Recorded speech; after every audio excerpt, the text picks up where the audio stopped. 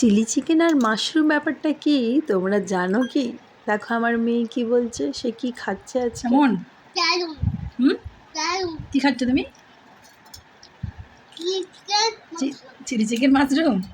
Chilli chicken chilli chicken mushroom শুধু ভাত দিয়েই খেতে হবে ধরো। Chilli chicken mushroom.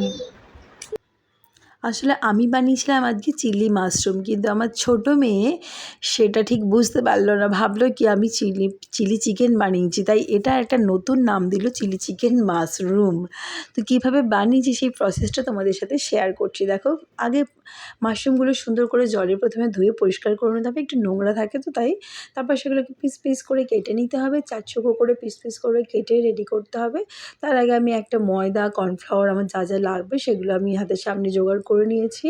পেঁয়াজ, রসুন, আদা এই সমস্ত কিছু রেডি করে আমি এগুলো কেটে রেখে দিলাম। দেখো, নোংরা কিছু থাকে সেগুলো আমি কেটে বাদ দিয়ে ফেলে দিলাম। এদিকে আমি চৌকো চৌকো করে পেঁয়াজ আর টমেটো কেটে নিয়েছি। ক্যাপসিকাম দিলে ভালো হতো, কিন্তু ক্যাপসিকাম নেই, তাই পেঁয়াজ টমেটো দিয়ে কাজটা আমি চালিয়ে নিয়েছি।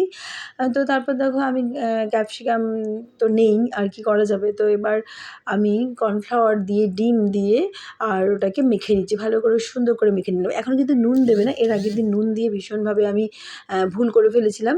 নুন দেবে না, শুধুমাত্র ওই কর্নফ্লাওয়ার, ডিম দিয়ে জিনিসটাকে মেখে কিছুক্ষণ রেখে দেবো। তারপর সেটাকে আমি তেলের মধ্যে ভেজে নেব। সাদা তেল শেষ হয়ে গেছিলো, তাই সর্ষের তেলেই ভেজে নিলাম। তোমাদের সাদা তেল থাকলে তোমরা সাদা তেলে ভাজতে পারো। আমি দেখো সুন্দর করে লাল লাল করে ভেজে এগুলো আমি তুলে নিলাম।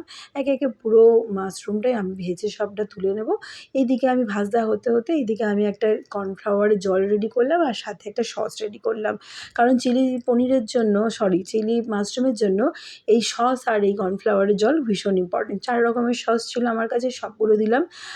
সোয়া সস, টমেটো সস, চিলি 2 রকমের চিলি ছিল, রেড চিলি, গ্রিন চিলি, 2 রকমের সস, সমস্ত কিছু রেডি করে একটা মিক্স রেডি করলাম।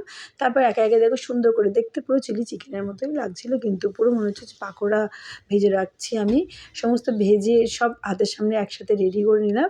এবার একটা জায়গায় আমি অল্প একটুখানি রসুন কুড়ে আর আদা কুড়ে নিয়েছিলাম। আর গরম তেলেই আমি ফোড়নে দিয়ে দিলাম একটু শুকনো কাঁচা লঙ্কা, একটুখানি আদা কোড়া, একটু রসুন কোড়া, এগুলো দিয়ে একটু ভেজে নিলাম। একটু ভাজা হতে হতে যে কেটে রাখা পেঁয়াজ আর ওটা একটু ভেজে নেবো। পেঁয়াজটা একটু ভাজা হলেই টমেটো এর মধ্যে অ্যাড করে দেবো। টমেটো, পেঁয়াজ দিয়ে ভালো করে সুন্দর করে একটু ভেজে নিলাম। ভেজে নেওয়ার পরে কিন্তু আমাকে কী করতে হবে, জল দিয়ে দিতে হবে। দেখো আমি টমেটোগুলো কিন্তু ভাজতে দিয়ে দিলাম। এবার জল দেওয়ার পরে ফুটে উঠলে আমার কর্নফ্লাওয়ার গুলে রাখা আছে সেটা আমি সব শেষে দেবো। ফুটে উঠলে সসটা দিয়ে দিলাম। সসটা কিন্তু কষানোর সময় দেওয়া যেতে পারে, যখন আমি পেঁয়াজ টমেটো কষালাম তখনও সসটা দিয়ে কষানো যেতে পারে, আবার জলের সাথেও দেওয়া যেতে পারে, যে যেমন পারে করতে পারো, অসুবিধা কিছু নেই। এবার দেখো আমি দিয়ে দিলাম সব সসগুলো। ফুটে গেল, ফুটে যাওয়ার পরে আমি ওর মধ্যে ভেজে রাখা মাশরুমগুলো সমস্ত দিয়ে দিলাম। দিয়ে দেওয়ার পরে শেষে কর্নফ্লাওয়ার দিয়ে দিলাম গ্রেভিটা ঘন করার জন্য। দেখো কি সুন্দর দেখতে হয়েছে, তাই না?